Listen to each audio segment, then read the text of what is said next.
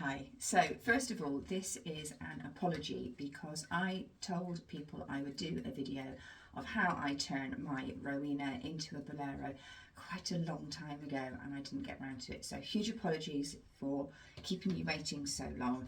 And secondly, it's been a long time since I've done a tutorial video for my Woolland friends and I kind of feel like I've forgotten how to do it, so I apologise if it's not very slick, but hopefully it'll give you an idea. And this is a style I particularly like when the weather is like it is here in the UK at the moment. Getting warmer but not completely boiling hot, but you want something a bit more summery. So here is mine. I think it's a forest green Rowena. I got it in a mystery sale, so I had to guess the colour. I also for this need some way of keeping the front together, so I use this clip which I did purchase on Etsy and I believe it came from America, but yeah, really nice little clips. This is one of my favourite clips. I use it in lots of different ways. And then not essential but helpful, and you'll see why in a minute. These are hijab magnets. I won't use all of them, but it was just easier to show them to you on the card, and it's easier to find them when they're on the card. So here goes. This is what you do. You take your Rowena. Works with a Willow as well. Probably would work with the short-sleeved swing dresses. Can't remember their names because I don't own any. I think Maggie. Put it on like so, just like you would normally. Now, I have discovered that if I overthink modelling, styling my dresses, they don't go according to plan. So this might not go according to plan because I'm having to think it because I'm videoing it to show you. So I may well have to go and tweak it a little bit off camera to get it so that I can wear it. But it'll give you the general principles and then you can make them work for you. So having got it on, I then grab the hem at the front and I gather it all the way up, give it a bit of a wriggle, and then I hold, so I've got my thumb underneath and my finger on the top of the head hole with the bunch of fabric underneath, and I literally put my head back through the head hole and all the fabric, so it's now behind me. Get the pocket sorted, and I find if I put my hand in the pocket and sort of shift it around my boob, this is what I mean about overthinking it.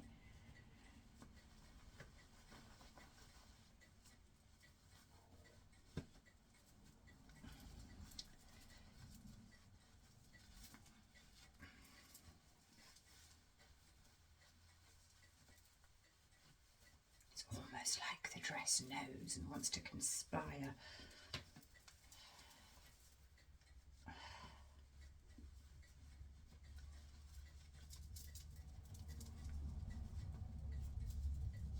It's really funny how it does this. That has to be the worst one I've ever done.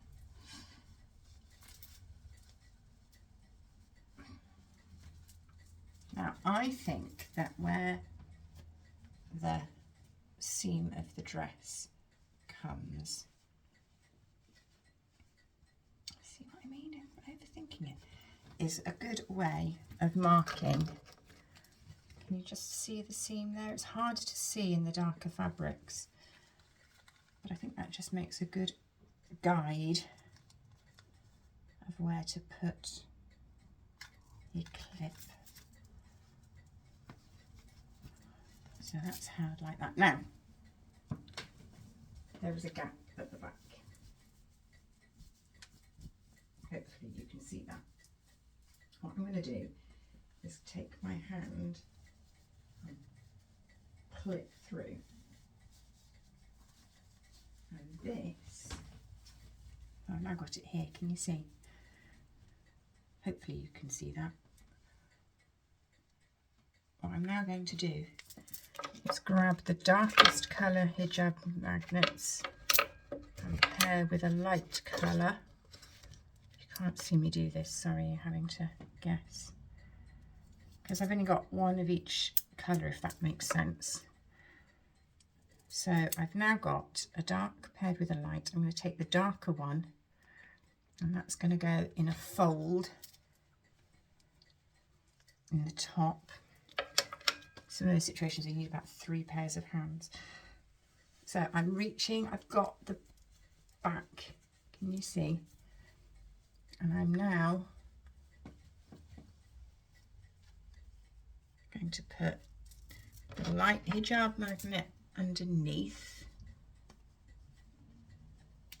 and the dark hijab magnet on the top, and then it's disappeared. And I'm going to do the same on the other side.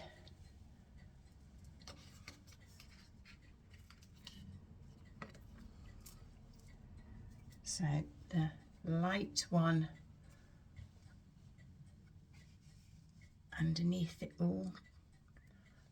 I'll show you where it sits in a minute. And the dark one on the top.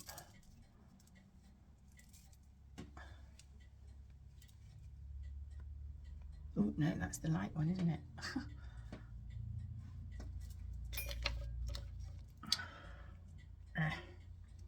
Start again. The light one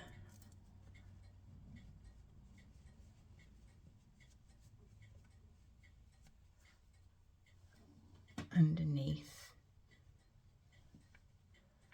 the dark one on the top. So can you see there's the dark one and there's the light one underneath. The dark one gets hidden and then that secures, and I'm just gonna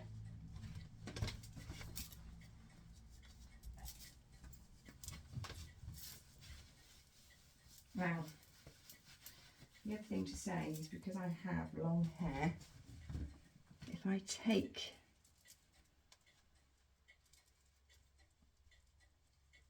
my hair down, which of course again it's not going to do it easily because it knows I'm being videoed, but I'm amongst friends, so I know you'll be patient. If you don't like watching it, you just scroll on. I don't worry quite so much about the gap because, hey, my hair covers it. Now, I must confess, I am probably going to redo this off camera, and so I'm looking at a mirror above me if you're wondering why I'm looking above the camera. I am going to go off camera and redo this because, as I said, because I overthought it, it's not sat quite as good as it normally does, like here, for example. So I will tweak and then I'll put a picture of me with the finished one, but it's giving you the principle, and that was the idea really. So I hope it helps. Show me in the comments if you have a go at doing it yourself, and have a good day and God bless.